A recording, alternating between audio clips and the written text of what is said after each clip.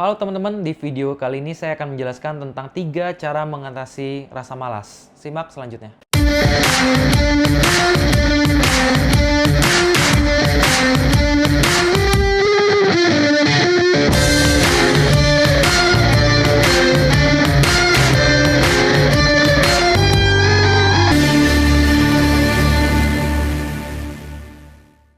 Oke, jadi banyak teman-teman di Facebook sama di Instagram DM ke saya, Mas, gimana sih cara mengatasi rasa malas? Saya tuh orangnya nggak konsisten. Ketika saya dikasih kerjaan, saya menunda-nunda pekerjaan. Bahkan efek negatifnya yang saya tunda itu bukan hanya pekerjaan di kerjaan saya atau di bisnis saya, tetapi malah jadi kebiasaan di rumah saya. Ya. Nah, saya sendiri juga sebenarnya saya orang yang pemalas. Ya, waktu sekolah saya tipe orang yang nggak pernah ngerjain tugas karena saya tukang nyontek. Kemudian kalau lagi ulangan juga ya udah saya hoki-hokiin aja. Jadi saya termasuk salah satu orang yang ada di peringkat terakhir ya di antara murid-murid yang lain dan bahkan pernah ditegur karena saya hampir nggak naik kelas kayak gitu ya.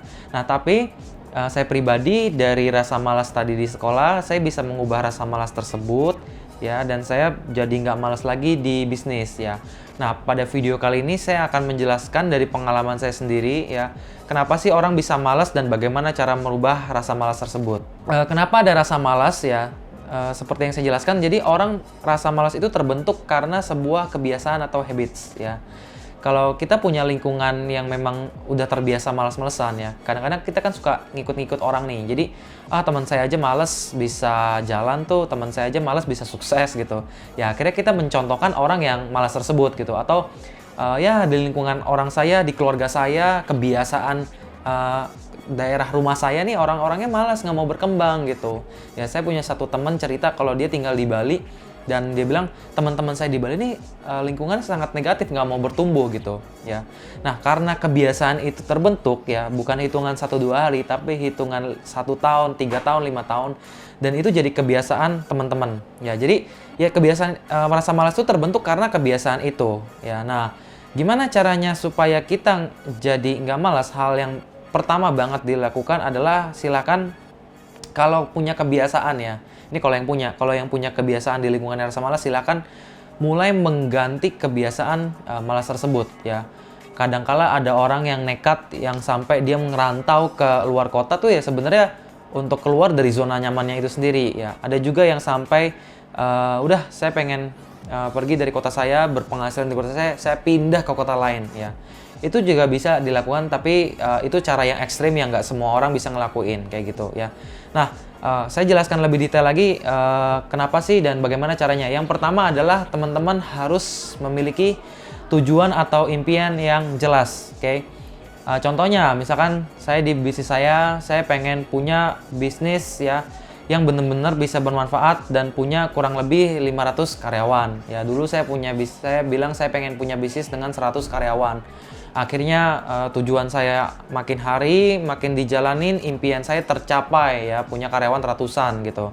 Ketika seseorang men-set atau menyentuhkan impiannya dia akan rela ya untuk mengejar impian tersebut nih. Contoh ya, misalkan Anda nih seorang yang jomblo ya, terus Anda pengen punya impian mengejar seseorang gitu kan.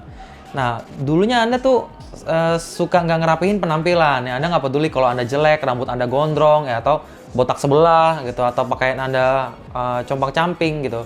Tapi setelah Anda punya impian untuk mengejar seseorang, akhirnya Anda mengupgrade diri Anda pakaian rapi, Anda ke tukang potong rambut, terus Anda pakai parfum, Anda berpenampilan ganteng atau cantik atau menarik, yang membuat orang itu jadi tertarik dengan Anda. Dan akhirnya Anda deketin orang itu kan sampai akhirnya jadi, itu disebut salah satu impian ya. Kenapa orang yang tadinya males akhirnya pengen punya pacar ya karena dia punya impian tersebut. Nah, konsep ini seharusnya bisa diterapin ke dalam impian atau goal teman-teman ya.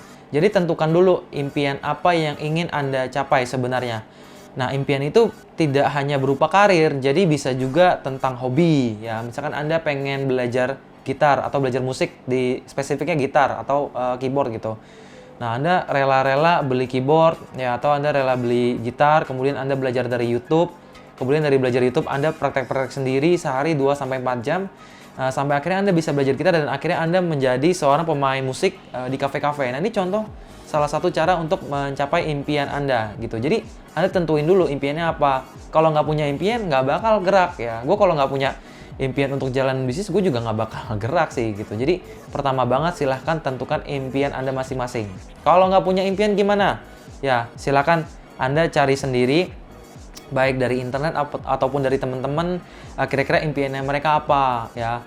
Apakah impiannya lebih ke uang, atau impiannya lebih ke passion, atau impiannya lebih ke apa, Anda cari dulu gitu ya. Nah, yang kedua adalah Anda harus menentukan target terhadap impian itu. Percuma Anda punya impian, tahu-taunya impian itu harusnya bisa dicapai dalam waktu 1 tahun, mencapainya malah sampai 20 tahun, sampai Anda udah mulai tua, ya udah mulai nggak ada tenaga, udah mulai malas gitu. Karena apa? Karena setiap target yang ditentukan pasti harus punya impian, baik itu jangka pendek atau jangka panjang. Ya, contoh misalkan gini, Anda adalah orang yang penggiat untuk menguruskan berat badan Anda, ya. Anda pengen nurunin berat badan kurang lebih 2 kg. Ya, ternyata cara nurunin 2 kg itu harusnya bisa dalam waktu 1-2 tahun, tapi Anda nuruninnya dalam jangka waktu 20 tahun gitu. Otomatis Anda bukannya malah pengen nurunin berat badan Anda, ya malah akhirnya impian itu nggak dicapai dan Anda malah fokus untuk naikin berat badan karena Anda frustasi untuk menurunkan 2 kilo gitu.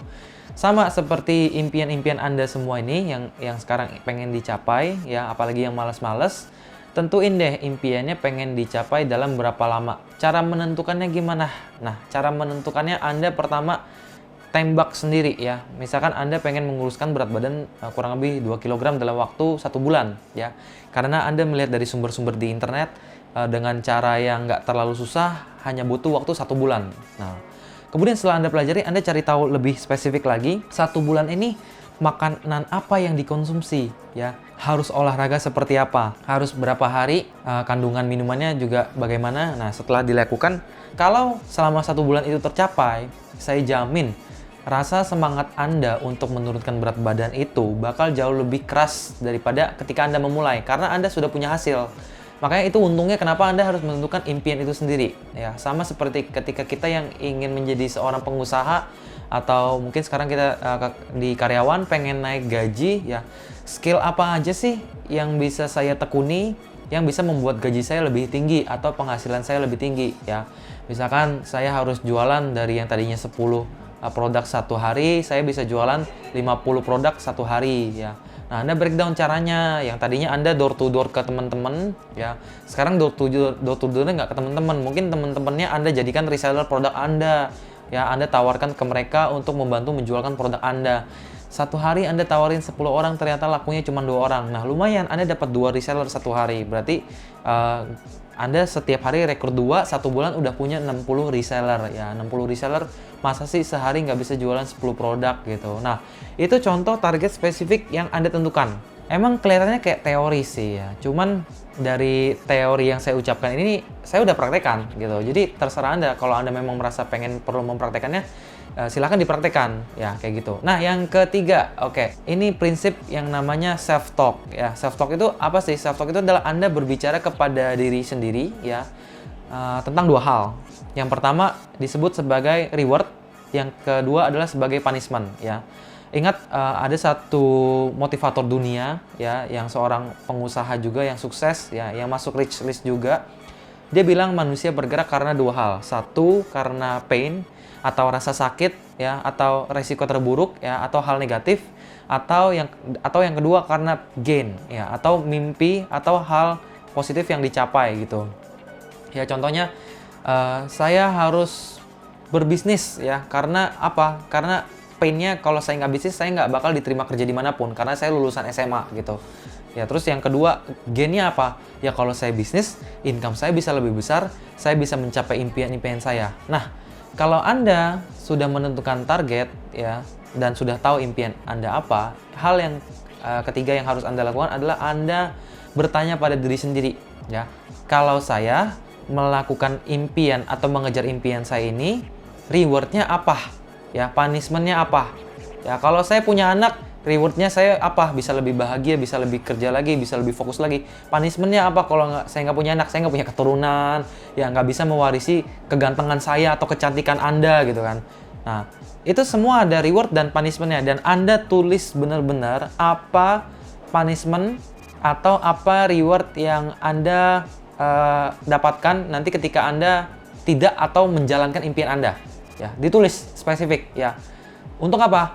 Jadi ketika nanti suatu hari malas nih, atau Anda lagi gagal atau lagi di momen capek gitu kan. Manusia kan nggak mungkin saya nih, wah saya di depan kamera semangat-semangat terus. Enggak ya, bullshit kalau dibilang kayak gitu ya. Saya juga ada momen naik, ada momen turun, ada momen rajin, ada momen malas ya. Tapi ketika saya lagi malas, lagi ngedown gara-gara saya sendiri atau gara-gara omongan orang atau gara-gara teman-teman lingkungan yang tidak mendukung, saya akan membuka buku saya ya yang berisi reward dan punishment saya. Ya, di situ tertulis jelas bahwa ketika saya tidak melanjutkan usaha saya, punishmentnya adalah karyawan saya tidak makan, ya. Kedua, omset saya turun. Ketiga, saya mengalami kerugian, ya sekian nilainya gitu. Nah, itu saya baca, saya langsung balik lagi, wah iya ya. Kalau gua nggak ngelakuin apa yang gue mau, gue bakal rugi. Gue bakal ini dan itu. Dan akhirnya saya kembali lagi untuk melakukan aktivitas tersebut ya. Nah terus di momen saya malas lagi, ya terus saya baca lagi rewardnya. Oh ternyata ketika saya berhasil mencapai impian saya, mencapai goal saya, rewardnya saya akan mendapatkan something big nih, ya big opportunity. Atau saya bisa liburan ke Bali atau ke Singapura atau ke Eropa, ya itu ditulis dengan jelas ya. Dan ketika Anda mencapai goal tersebut, Anda bisa memberikan reward ya atau hadiah kepada diri Anda. Makanya jangan heran banyak teman-teman atau orang di luar sana yang mungkin dia udah mendapatkan gaji akhir bulan, ya dia boleh men-treat dirinya sendiri dengan berapa persen dari gajinya atau penghasilannya untuk liburan kemana, nonton bioskop, makan enak, ya jalan-jalan, itu untuk memberikan reward kepada dirinya sendiri kayak gitu ya. Jadi itu aja dari saya. Semoga video yang saya share dan tips yang saya share ini bisa bermanfaat untuk teman-teman ya. Jangan lupa untuk like, comment, share, dan yang terakhir tolong bantu saya subscribe supaya saya bisa membuat video-video berikutnya kepada Anda dan Anda bisa tonton. Itu saja dari saya, terima kasih dan sampai jumpa.